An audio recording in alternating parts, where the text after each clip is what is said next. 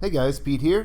Today I'm going to do a new video related to Season 3 and a theory that comes from the secret history of Twin Peaks. Yesterday I talked about the secret history and some of the big ideas, themes, and characters that are probably important when it comes to Season 3.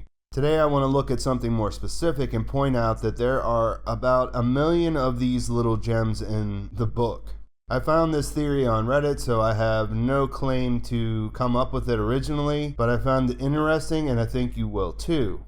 This is your spoiler warning. If you're not caught up with Twin Peaks Season 3 through Part 8, you'll want to stop watching now. There is information from the secret history of Twin Peaks, but it's only a small detail, so it wouldn't likely spoil the entire book for you. I would also like to remind you, like I said in my last video, I think that the secret history is a must-read for everyone who is a Twin Peaks fan. I think you should check out that video, and if you haven't seen how awesome the book actually is, check out the link in the description of this video.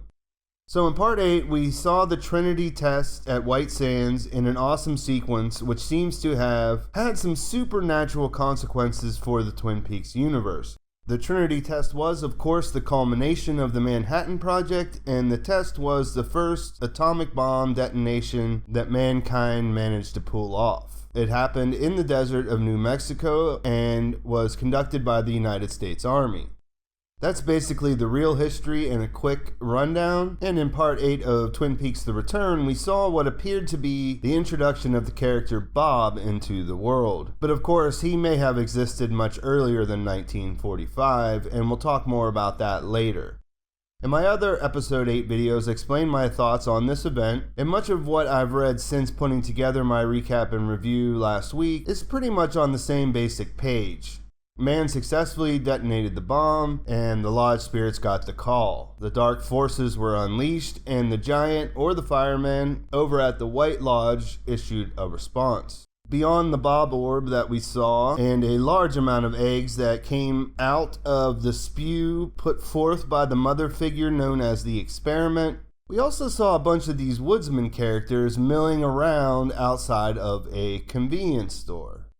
We had seen a lone woodsman 2 different times in Season 3. Once in a jail cell near Bill Hastings, and again in the coroner's office where Major Briggs's body was held, and both times this was in Buckhorn, South Dakota. In Part 8, we saw several of them arrive after Evil Cooper gets shot by Ray as they are escaping Yankton Federal Prison, which is also in South Dakota. At the end of Part 8, one of these guys takes center stage in New Mexico in the year 1956. He sort of flies in, and I mean like literally flies in from the sky, scares some people on the road, and then takes over a radio station where he puts the listeners to sleep by repeating a hypnotic sort of mantra or chant or whatever you want to call it.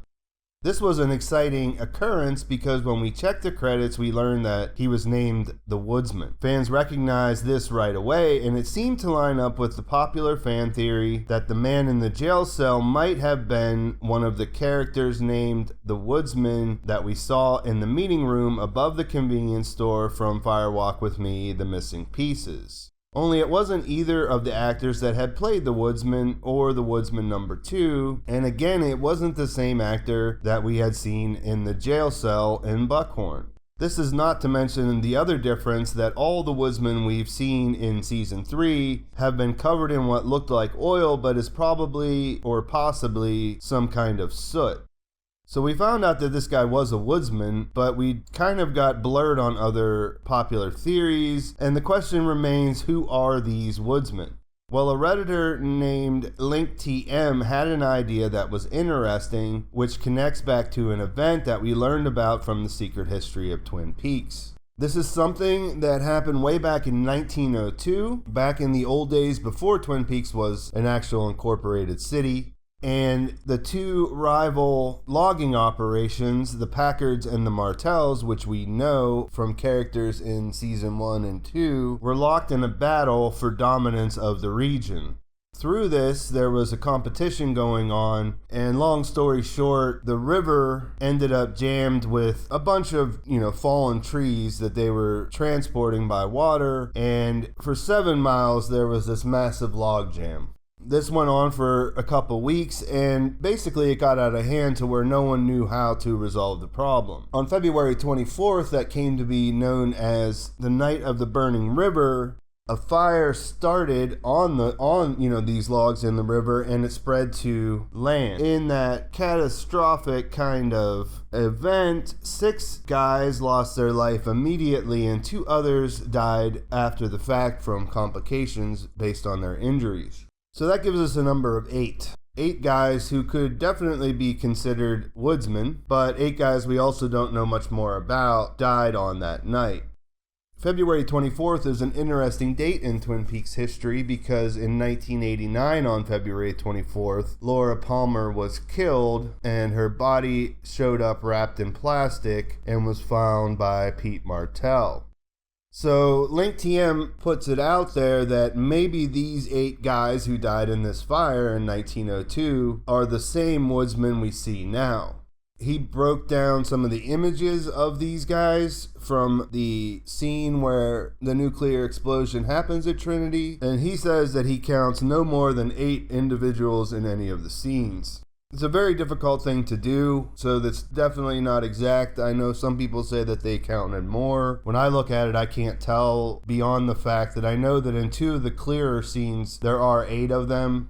But in almost none of them can you see all their faces or anything like that. So without some real serious in-depth analysis, you wouldn't be able to say without a doubt that there's only 8 of them there. But it is an interesting idea, and it's one of those facts that's slipped into the secret history of Twin Peaks that you kind of wonder why is it there if not for some sort of reveal like this later on down the road. So that is the theory. The theory is that perhaps these guys that died back in 1902 in a fire that was started by what most people assumed was dry lightning from the passing storm, but there were also reports that it was like columns of fire were descending from the sky. So nobody really knows exactly how this started. It's like the most likely thing is that lightning started it, which, electricity, lightning, that's all interesting in our story. But then, there's other reports that say that it could have been columns of fire falling from the sky. So it's an interesting thing. I don't say that I know for sure. I did jump on it right away because I had remember reading about this fire. There's actually a picture of the aftermath in the book as well. So let me know what you guys think. Do you think that this has something to do with the woodsmen we've been seeing? Do you have another idea that makes more sense? What do you think that would mean for the rest of the story and Bob in general? These guys clearly, to me, seem to be helping Bob and aiding, at least if that wasn't Bob and the egg, some people think it is, some people think it wasn't, but one way or another, they were definitely aiding in that creature making its way to a host. So, although we hadn't seen much from them as far as talking before, their influence is more than just to be around lurking there doing nothing. I mean, as soon as Evil Cooper got shot, they descended on the scene, so they definitely have some involvement with people. And what do you think this means for, that was a very popular theory that one of those woodsmen was the log lady's husband, Sam Lannerman, who also died in a fire outside of the Twin Peaks area. That kind of pulls that apart, or it asks the question, what's the difference between these woodsmen that are covered with the black substance and the woodsmen that were in the meeting above the convenience store? So it's a lot to think about and some interesting stuff, so let me know what you think. Please like the video and subscribe to my channel. I got plenty more Twin Peaks stuff coming out, and we got part 9 coming up, so let's keep the discussion alive. Thanks for watching. Keep talking to you soon.